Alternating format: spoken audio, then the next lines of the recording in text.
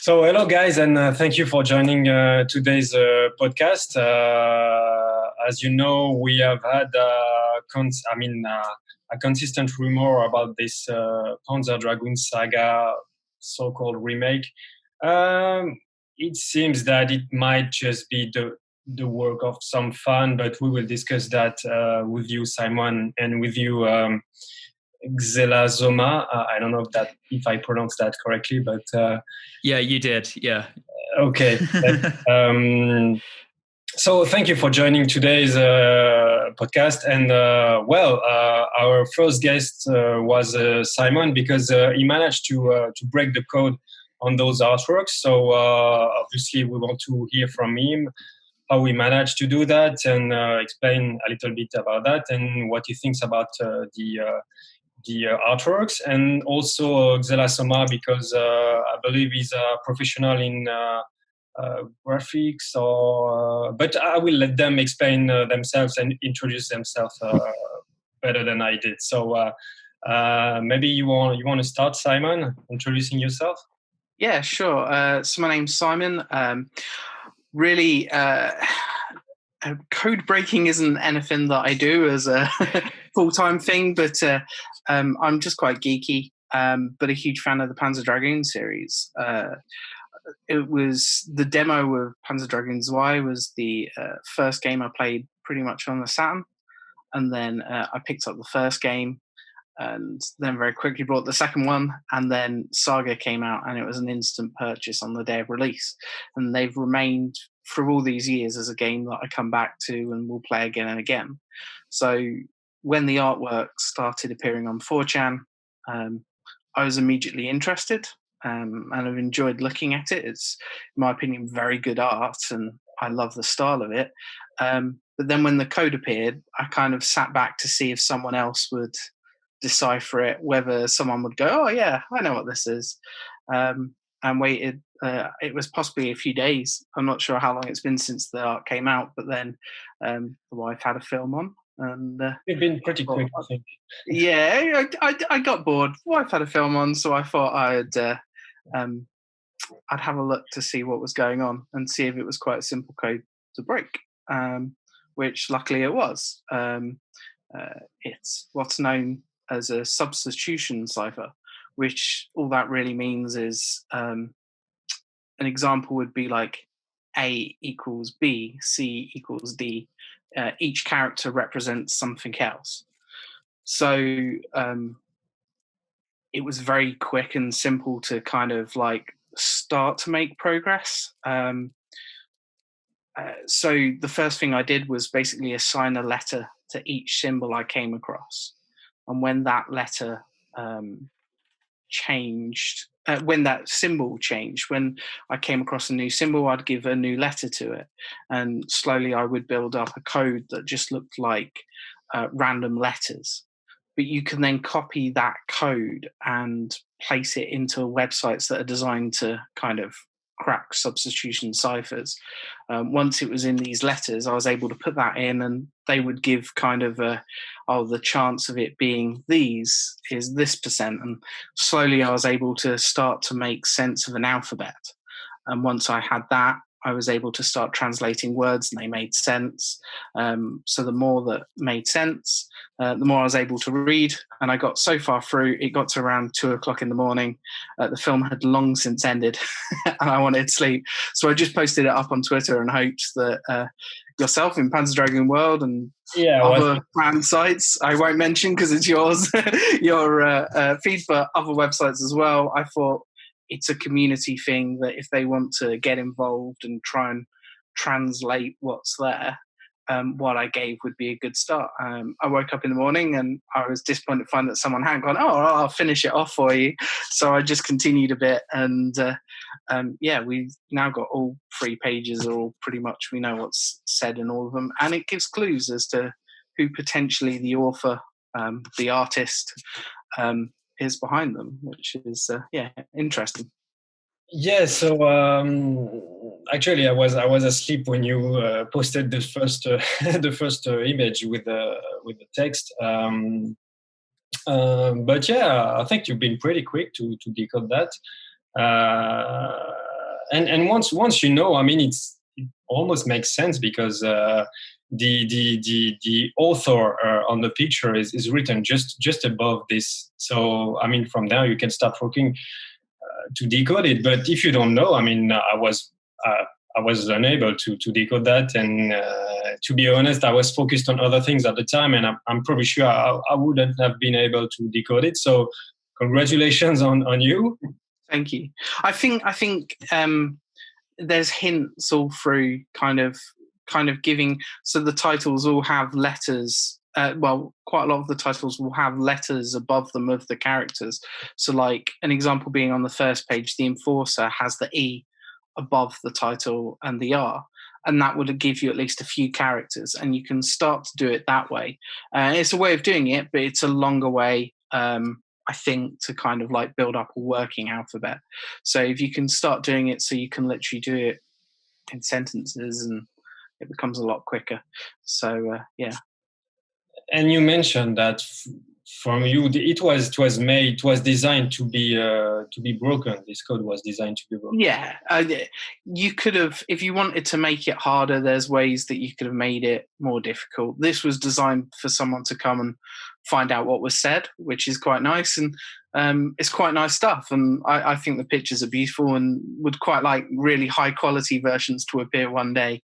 But I think definitely with the author section that's on the third page, I think that definitely gives strong indication that this isn't official artwork, which is in some ways is a shame because it is very good.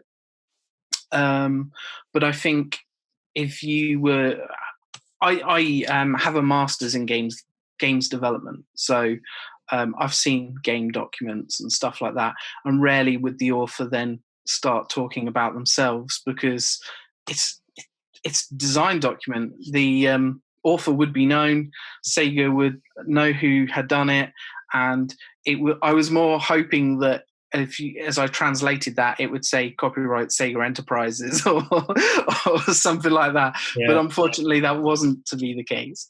But it's still been fun. When you started sharing the description of this text, what immediately struck me was the wording, the way that it sounded, the tone of the message sounded like, no, unfortunately, I mean, Sega would not be talking in those terms of game being remade, you know.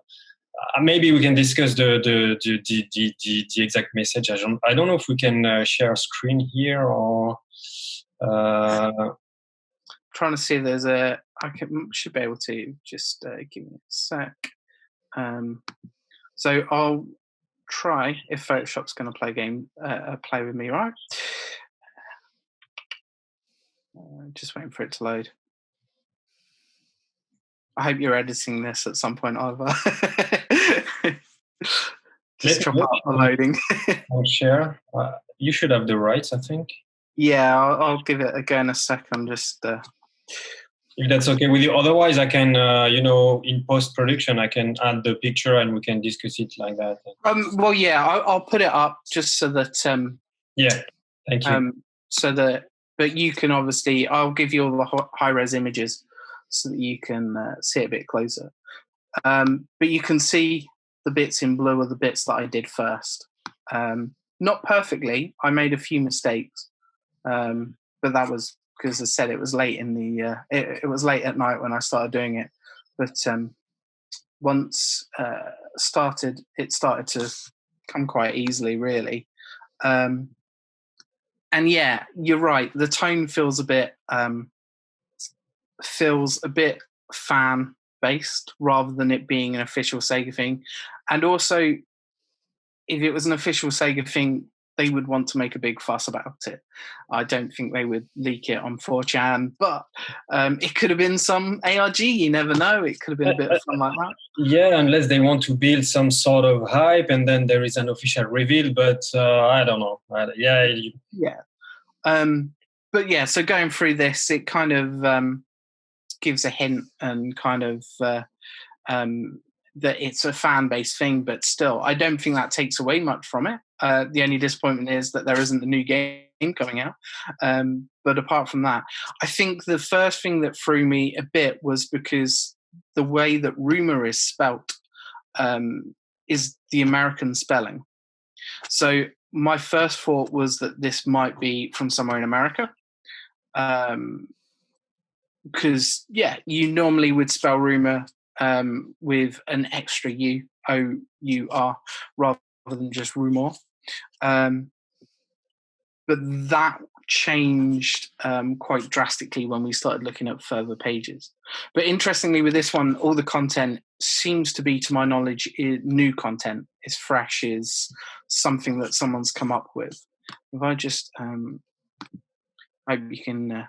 so I'll show quickly the alphabet that when it loads up. Yeah. So this was the alphabet that I slowly kind of decoded through. It's obviously not 100% complete, but it's not far off. There's just a few letters that are missing. And things like Q was quite a hard one to come across. And so was J. And then, now I'll quickly pull up the second page. I'm going the wrong way around, really, but it was the order that we translated things. Yeah. I started with the third page because that was the one that was most interesting to me. But this is obviously the crests page.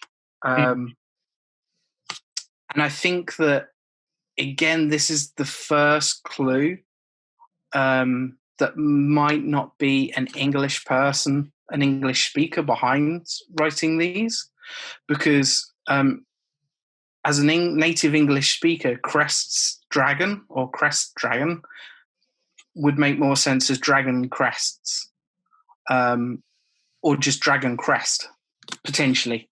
To me, that is the wrong way around. But anyway, once it was translated, it came up with the Book of Genesis, which it took a while for me to realize, but I started translating it and then Googled some of the sentences, and a website came up with the books that you come across in Panzer Dragoon Saga, and the Book of Genesis being one of them. And then I very quickly realized that this whole page is that book, which is quite nice, and I think is again a really nice poster. I hope a high quality version of it comes out at some point, because I'd love a poster of this. Unfortunately, it cuts out the last few words. It gets to "but now," and I believe the final sentence is "and the world falls into chaos." And unfortunately, that doesn't seem to be on the page, but it leaves it quite ominous, just this "but now." So I quite like that. And then the third one, which was done just on this picture. So you're saying there's nothing new compared to the original book?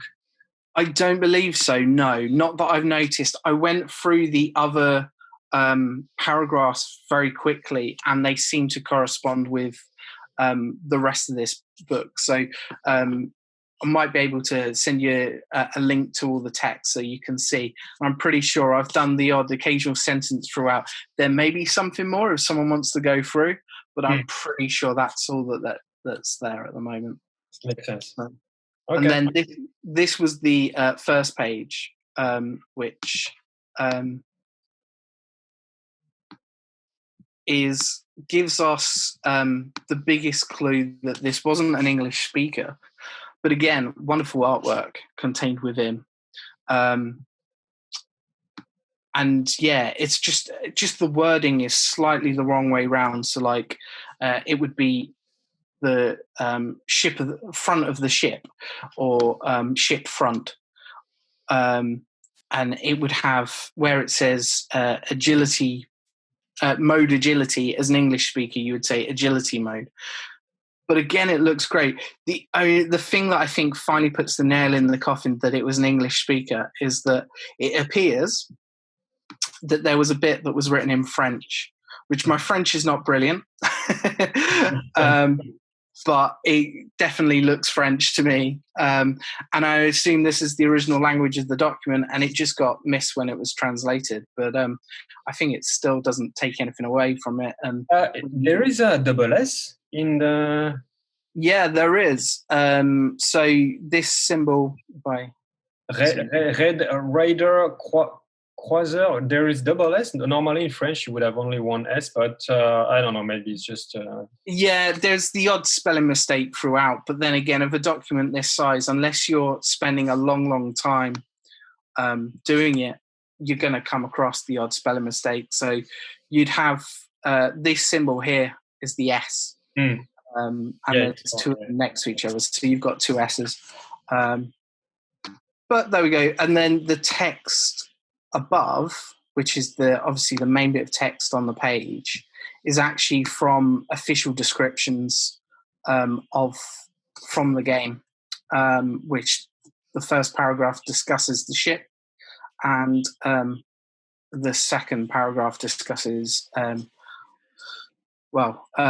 discusses the I'm going to make it so it can be read a bit easier. Discusses about them coming across like the dragons. So yeah, it's a lovely, in my opinion, and obviously there may be others, but I think it's a great piece of work. And if they ever do make a game, I hope that they come and look across these pieces and kind of go, right, this is what the fans want, because it should be. yeah. This was the first part of this video. I wanted you to discuss, this part of those artworks, the text, the code, and then in the second part we can discuss the art and. Yeah, sure. So we are getting to this point now, but yeah, it's amazing job you've done here. I think it's taken you quite some time to do all this, put it in form, etc. So. Well, thank you for this. That's what I love in this community. I mean, I wouldn't have been able to do that, and you did, and it's great. And I'm sure maybe going forward we'll have some other fans helping. So it's great to see that this reveal, even if it's fake, it still is fun, I think. Yeah, yeah, definitely. So thank you for that. We did not let you speak, Xela Soma. Sorry about that. I don't know if you wanted to talk about the code. Well, I haven't got anything to say about the code in particular. All I can really give reference to is to concur with what Simon said. It's an incredible amount of work. If it is all deriving from one person, which I'll obviously go into a bit more detail on my thoughts when we come around to talking about the artwork. If it all is emanating from one person, it really is a testament to their ability and their passion to go to those lengths. Because I admit, when I first saw the writing, I thought it was like just looking at it from Instagram and not zoomed up like in Simon's images. I mistook it for Babylonian cuneiform text. And it obviously isn't that now. So yeah, it's very impressive. Yeah, it is. It is. And you have a lot more expertise in this area than myself. So I think the fans, for the most part, what I've seen, they have all been impressed, except for one person on YouTube. He commented that it was obviously the work of a fan, and I was like, no, come on, maybe the text is maybe showing that it's not official, but the artwork itself, no, it's not an amateur job. So sorry.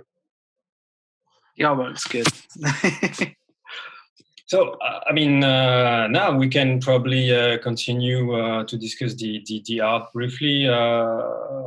So, personally, I really like that. I'm going to let you speak after that. It's unfortunate that it's most likely not official work, but at least it gives us an idea of one potential direction that this maybe not the only one, but it could be a good direction for a remake of Saga of Azel. So I hope we can show that to Sega. Okay, guys, look at that. Look how epic it could be. Maybe show that to your employees internally, and then maybe you can find something, your own designs. I don't know, or maybe you can recruit this guy. I don't know, but there is something to do with this IP. Come on. If we find out who this guy is, then Forever Entertainment should employ him to do the art for Zwei. Ah, yeah, good idea. Good idea. Yeah. We have not seen anything yet about Zwei. Good point. Yeah. Yeah. So, who wants to start discuss about the art? I've talked a lot, so yeah, you pass it over. Yeah, all right. I'll say my piece on it then. So my name is Alex, and I'm an artist and a graphic designer. I operate under the moniker Zelasoma, which is Xelasoma. And I've been a practicing artist for quite a few years now, and I'm obviously a huge Sega fan, huge Panzer Dragoon fan. I don't think that there's any other imaginatory fantasy world out there other than probably the one conceived of by Giger in the Alien movies, which has left the same kind of impact on my artistic style than Panzer Dragoon. It's one of the most unique worlds out there that unfortunately not enough people have ever had the chance to experience, though hopefully in the coming years that will change. I just want to get straight on to talking about this art then. The first point that I'd like to make about it is just obviously a simple qualifier about the art itself. So it's really divided between these two styles. On the one hand, you've got these images of the dragons against these very lush colored backgrounds, which to my eye look like 3D models, actually. And then on the other hand, you've got these other images of the ships, and you've got the dragon crest as well, the relief, and then this divine dragon image, which if they're not hand-drawn and they are digital, then they're at least imitating a hand-drawn style. And obviously, all of these images, the dragons and the sketches, are a very, very high quality. But the question on everyone's lips has been, does this indicate that we're dealing with two different artists here with two different aesthetic styles? Or are we actually dealing with a single artist who's made both the 3D dragon images and the sketches? And personally, I wanted to explore the idea that this probably was emanating from just one person. And my reasons for this is that all artists over time, they develop a certain idiosyncratic style. Yeah. So whether, for example, my medium is pen and ink. That's what I like to do a lot of my drawings in. And I also do a lot of my coloring in digital. So I've got that mix between traditional media and then digital stuff. But what you often find with artists who work in multimedia is if they switch medium from, say, digital to hand-drawn, they can't help but translate their style over to the way that they use that medium. So you can often see some commonality in between the different renderings that they make. And the thing that really catches my eye with this stuff, and I'd implore the listeners, if they could actually do this with us when this goes online, to actually have a reference of these images while we're doing it. Because if you look at the drawings of the ships that he's done here that look like they're almost rendered in pencil, there's this very precise line work around the edges, which is quite thick and then tapers off into these very thin lines.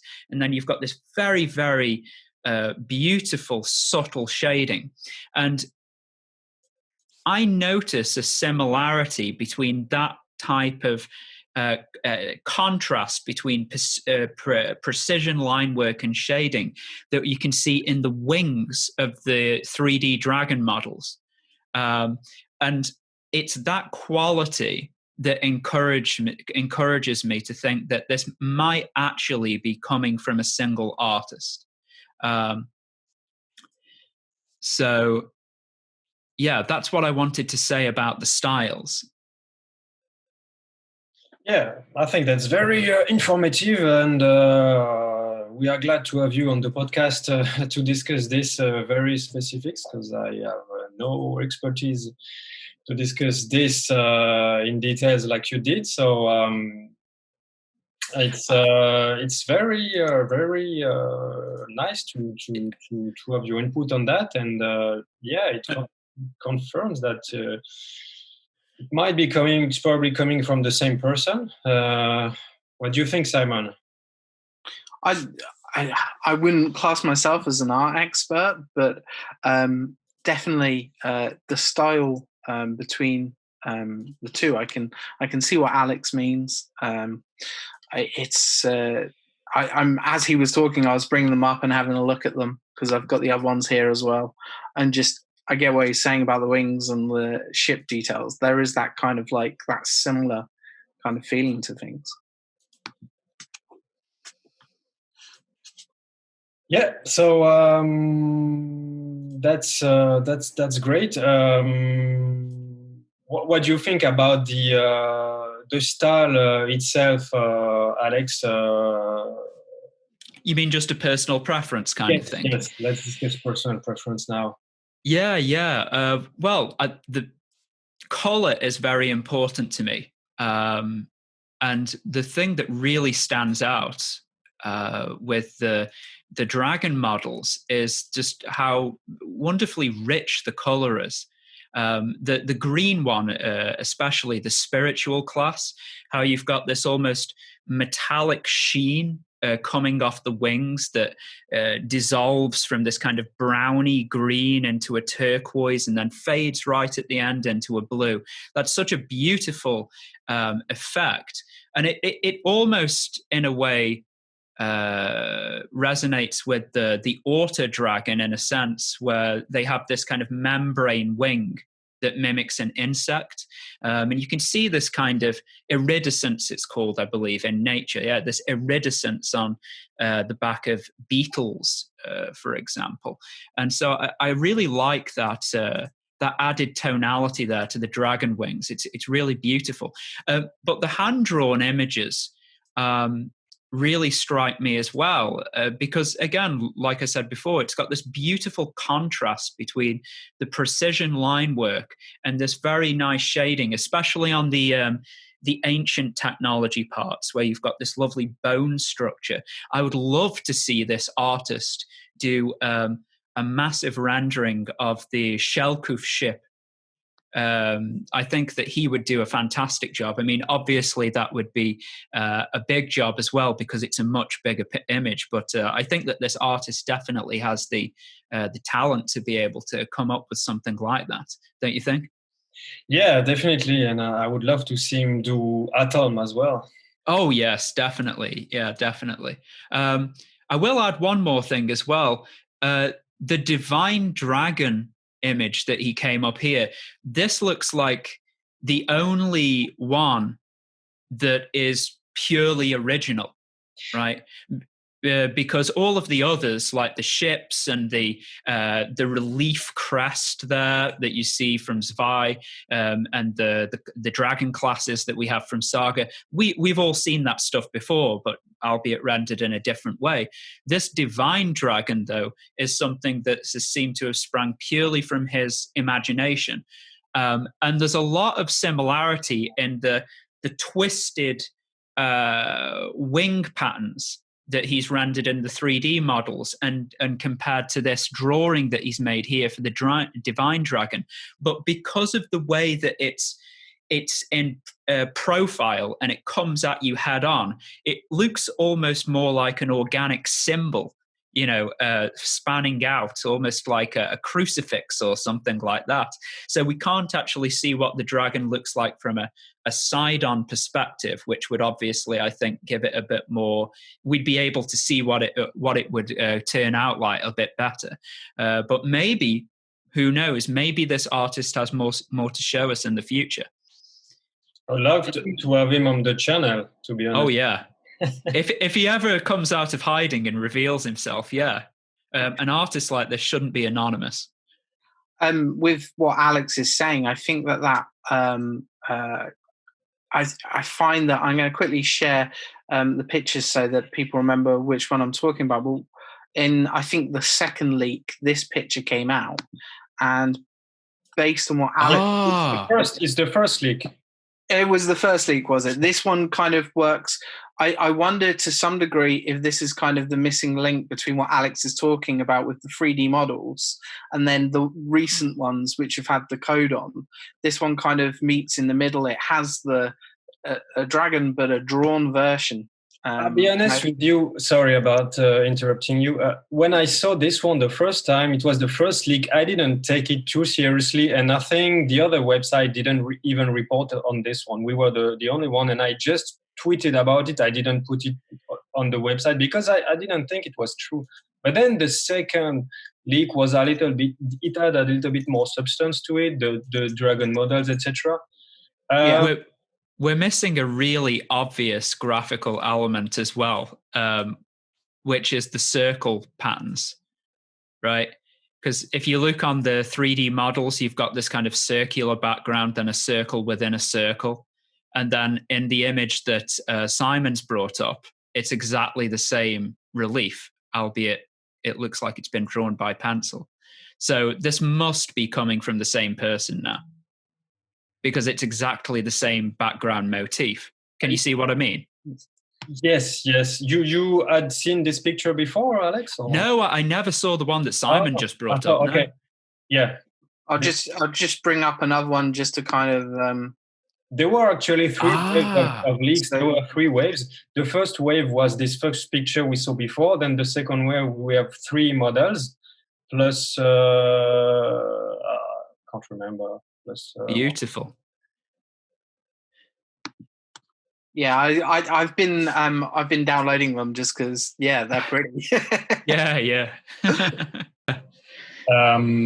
What were we saying?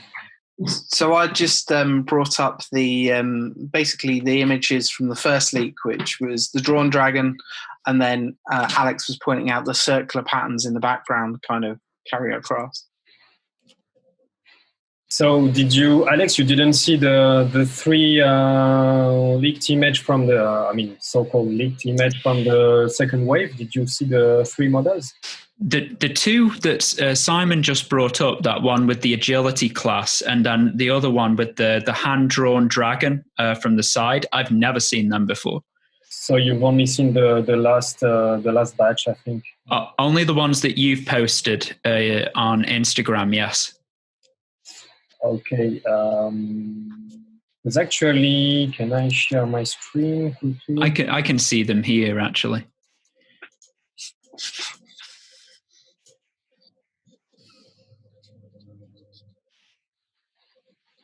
Can you see my screen? Yeah. Yep. So we actually have 5 forms now. You see, those 1, 2, 3 were the second batch. Here. My God. Different class. Yeah. This is the Valiant, the base Valiant wing, and then the agility class. And then the last batch was this one. It added the spiritual class and the assault class, which is normally called attack class. Sorry about that. It's called attack class in the original. Yes. So this is what I compiled the other day. And that was it. The second wave was those 3 images, and then the third wave was those two models plus the three end drawn pictures. Yeah, they're all beautiful. I don't know if it helps you more or if it's convincing you that you keep your. Yeah, I'm convinced at this point that it's coming from the same person. It's got the same graphical elements. The style is very similar. It must be coming from the same person. And yeah, it's a lot of work. This guy's been busy.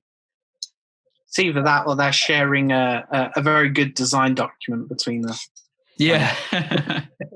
Between them, or sometimes it can be a collaboration between artists. Say, if one of there might be one guy who does the 3D modeling, and then another artist who then brings that into Photoshop and does all of the graphical elements to complete it. So it might be a collaboration, or it might be coming from one person. I still err more towards the possibility that it's one person, though, because artists these days are very they're fluent in lots of different softwares. So it's very rare to find an artist who only uses Photoshop or who only uses Maya or something. You know, they're usually quite proficient across different bases.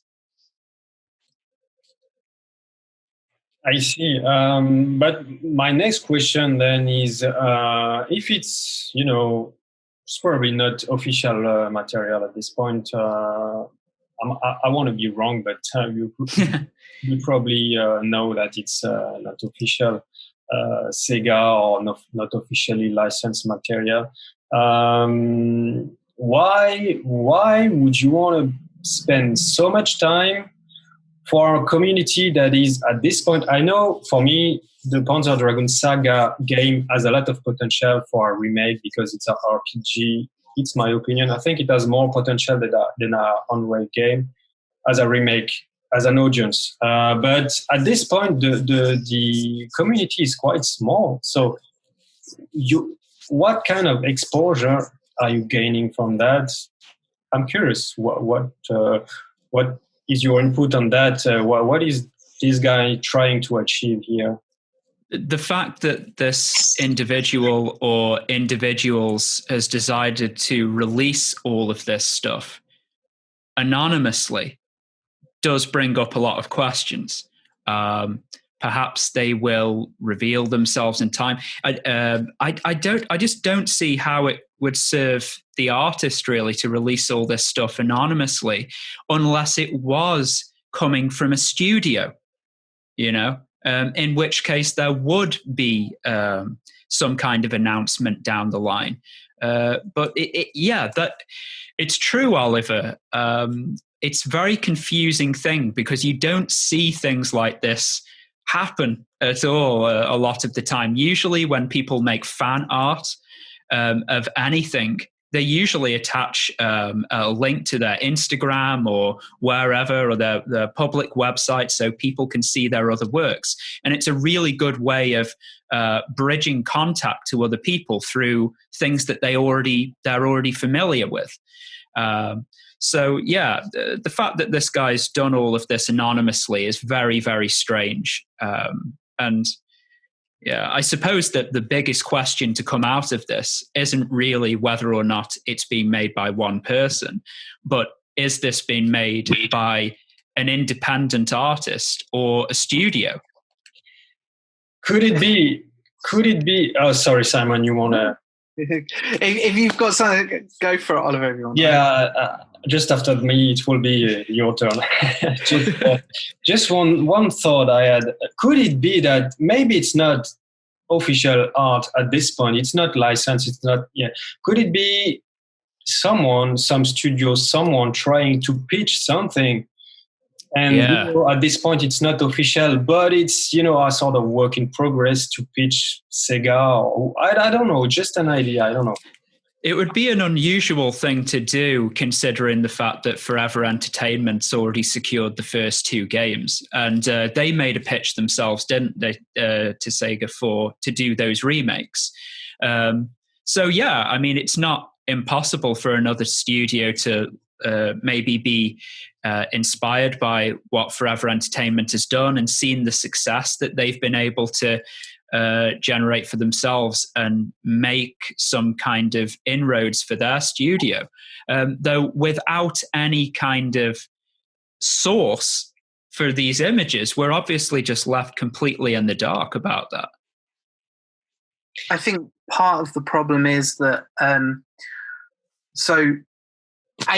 Forever Entertainment, obviously, because we've got the Panzer Dragoon VR game also coming out from a completely different development studio. Obviously, Sega is open to kind of sharing the license to some level, but the risk of creating a Panzer Dragoon RPG is much greater than creating the first and second game because the size of them is so much smaller.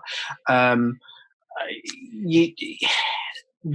difference, the amount that a company could lose on recreating Saga or doing a sequel to Saga in an RPG style is much, much greater.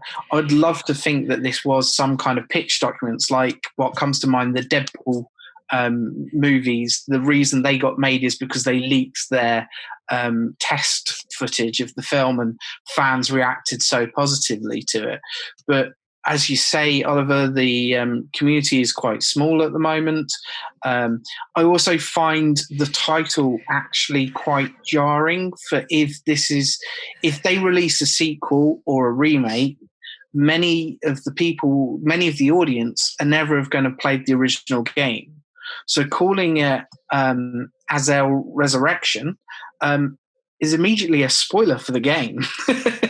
I saw your message on Twitter, and that's where I'm not fully. I think, but with that was me going, well, if you call it Panzer Dragoon Azel, it immediately relates to the Japanese version. But even just the name Resurrection, kind of like, to me that feels almost like you're kind of giving a spoiler to the end of the game. Well, that would. What do you mean, the Resurrection name? Yeah, almost calling it Resurrection because it kind of suggests a sequel rather than it being the original game. I didn't read it like that. I thought it was just a work in progress name to say, okay, this is just we are remaking the game or something like that. But you'd almost expect if it was just going to be almost Panzer Dragoon remastered or Panzer Dragoon Azel remastered. Resurrection is bringing back from the dead. The anniversary album was called Resurrection. I mean, there was resurrection in it. So yeah, true. That's fair. I don't know. But I hear you. It's good that we discuss this because obviously we don't interpret things the same way. So yeah.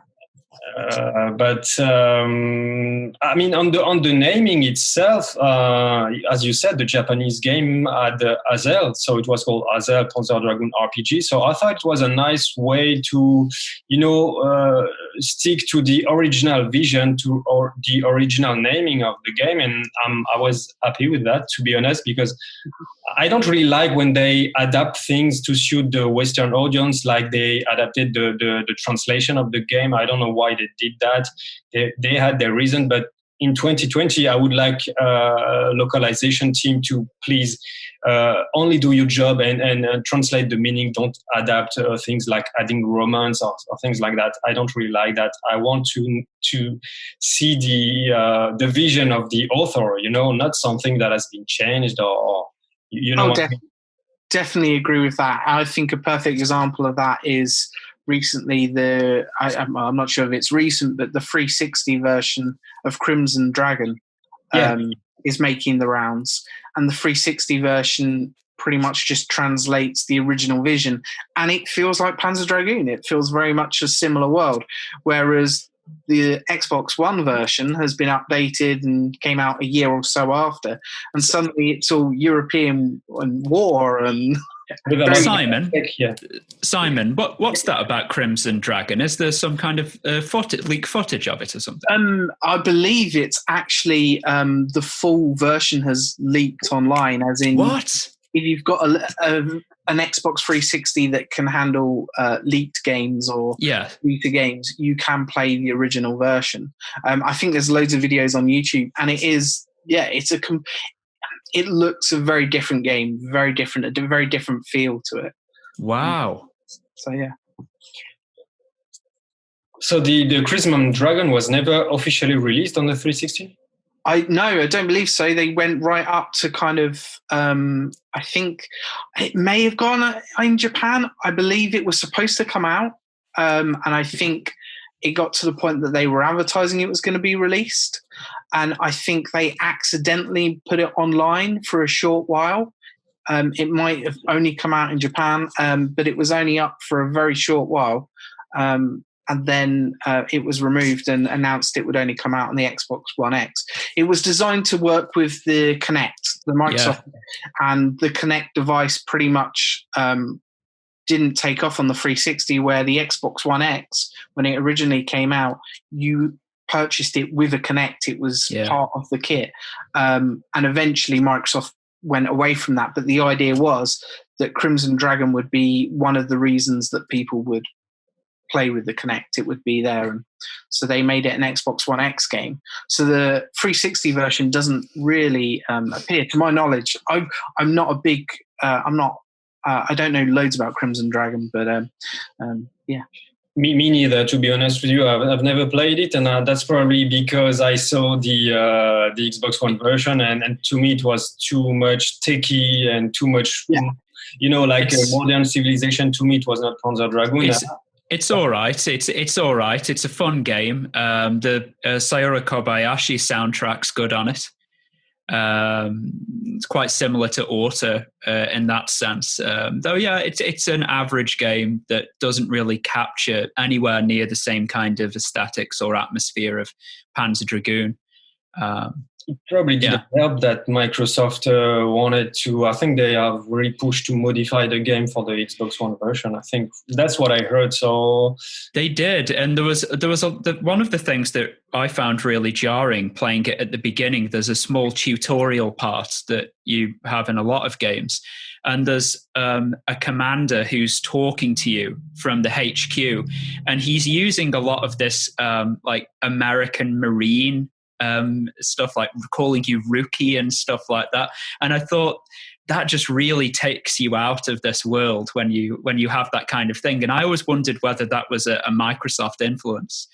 I think that's the exact same thing you mentioned here. That's one of the reasons I never started Crimson Dragon. One of the things, at least. But I want to change that. I have a copy now on the Xbox One, so I'll probably stream it for the community at some point. But yeah, it's all right. Yeah, it's an okay game. It had a lot of problems with it at the beginning because, like Simon said before, it was originally developed for Kinect, and then towards the end of its development, they realized the Kinect wasn't going to do that well, and so they kind of hodgepodged a controller functionality into it at the end. And so when it launched, it was this schizophrenic beast that didn't really know whether it wanted to work properly on Kinect or whether it was going to work with controller. But after a few patches, they really got the controller side of it to work properly, and it's a completely playable game now. Okay, I need to play it. Obviously not useful for what you're filming about, Oliver, but I've put in the chat a link to half an hour of the 360 version, which thank you. Is pretty much a completely different game. I might need to investigate on that for the channel. I know that someone's done a comparison video and they go through. It's shockingly different. Yeah. I might need to do a video with him to explain exactly what this is about, because I didn't even know there were two different versions. I didn't know about that. To my knowledge, the 360 version just never came out, and any footage is from the leaked copy from I believe they potentially released it by accident for a day because it was ready to go out, but they for whatever reason decided the 360 version wasn't going to make it. So it is a full game then, not just like 80% done or anything like that? I believe it's there, complete, full. Wow. Interesting. I don't have a 360, but can we play the 360 version on Xbox One? I don't think so. No. Unfortunately, to play the 360 version, you have to have hardware modifications to a 360. It's a difficult thing to achieve, I believe. Okay. I don't even know how we came to speak about Crimson Dragon, but just when we were talking about moving from different localizations. Yeah. Yeah, that's it. So I think we were pretty much done on these artworks that leaked. I don't know if you wanted to add anything to that, guys.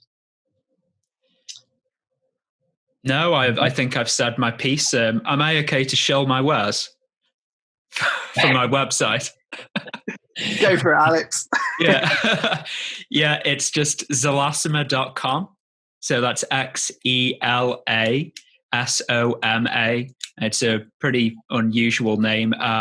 But yeah, for the Panzer Dragoon community, I mean, if you like organic aesthetics, and especially that kind of two-toned, bony, fluid aesthetic that Panzer is very much known for, I think you'd probably get something out of my work. And like I said, Panzer Dragoon's been enormous influence to me, and it's been a real pleasure to talk with some people from the community as well. So yeah, thanks very much. Okay, it was nice to have you. Thank you very much. Nice to meet you, Alex. And, yeah, you too, Simon. Yeah, and pleasure to meet you, Oliver, too. It's been nice to see who's behind the Panzer Dragoon World stuff. And I have been hesitant to show my face before, but now, okay, let's go full speed. It's good. Yeah, and Simon, where can we find you on maybe social? I don't have a nice web. Well, I do, but it's for film editing. So unless you're interested in a film editor, which I'm sgibbs.co.uk. But yeah, otherwise, just you can find me on Twitter at Energy UK. I will put your links below the video once I've edited everything and uploaded on YouTube. Maybe guys send me a message with your links so I can paste. Thank you. And that was it. I just had a quick question for you guys. Did you watch my interview of not Saori Kobayashi, but because there is one as well, but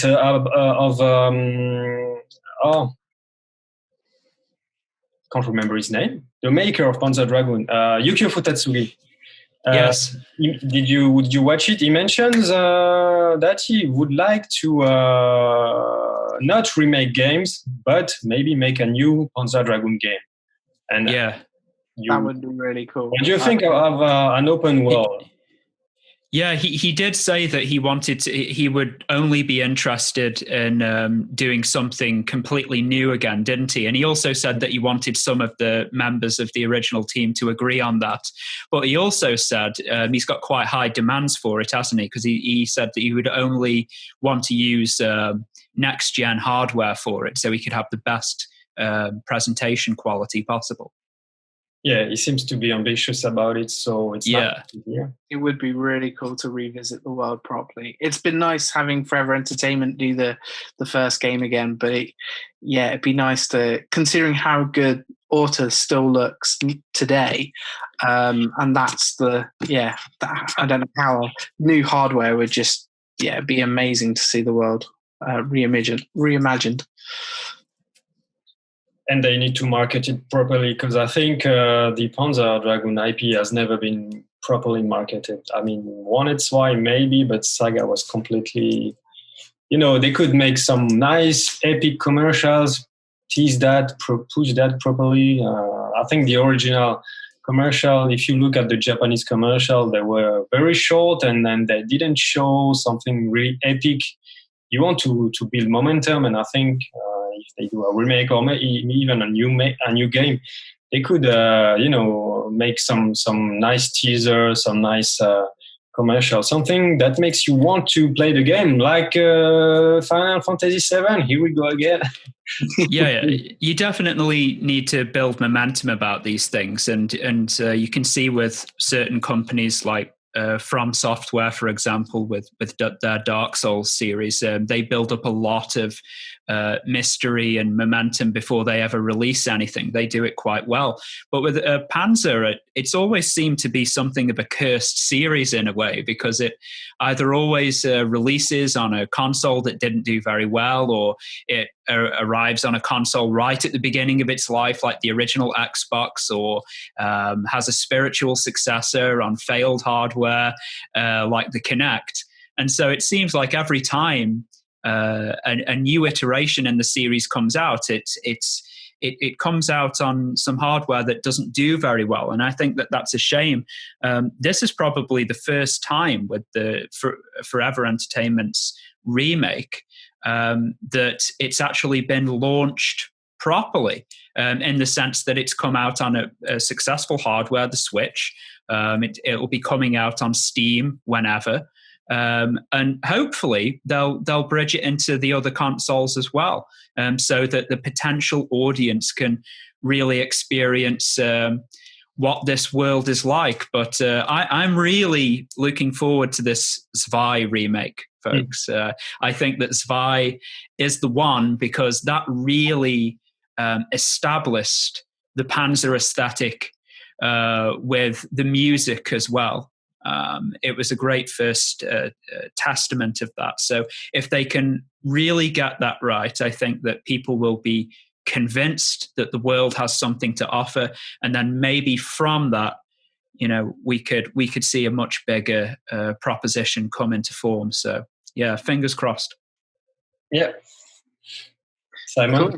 Yeah, no, I agree completely with what Alex is saying. I think it would be wonderful to revisit the world again. And this artwork, bringing it back, this artwork definitely has that feeling that it captures the right spirit. And again, agreeing with what Alex said, I think Zwei might be the piece of the puzzle that kind of like, it's the game that got me into the series. Just the demo was enough to entice me to become a fan. And the Taboo Forest. The Taboo Forest. Yes. Just because you're going up against, as a kid, it was great seeing these epic monsters chasing you and you having this dragon and fighting them. It was great. So, and just the style of the world was like nothing that I'd seen. So. And this dragon, just one word on this dragon. It's never been your typical cliche dragon that you have in Game of Thrones, or, there was this, I think, console cover for Panzer Dragoon Orta that had the dragon with fire, and I'm glad they canceled that, because that would make it so cliche. It's not that Panzer Dragoon. So, yeah, Alex, you wanted to say? Yeah, it's more like a biological weapon, isn't it? It's something that's almost been grown, like a plant almost. It has its own form, and to give it something like fire, I think would be too similar to like standard Western depictions. I mean, even though I do love the game with all my heart, one thing that I didn't particularly like that much about Orta was the dragon mares. I think they had the design of them looked a bit off-putting to me compared to the standard Panzer aesthetic. So yeah.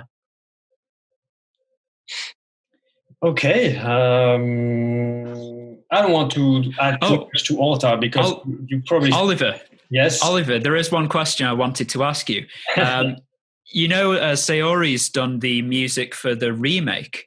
The first one. Do you think they'll get her to do the one for Zwei as well? That's the good question. I didn't ask because I knew that they were not allowed to answer that kind of question anyway. So,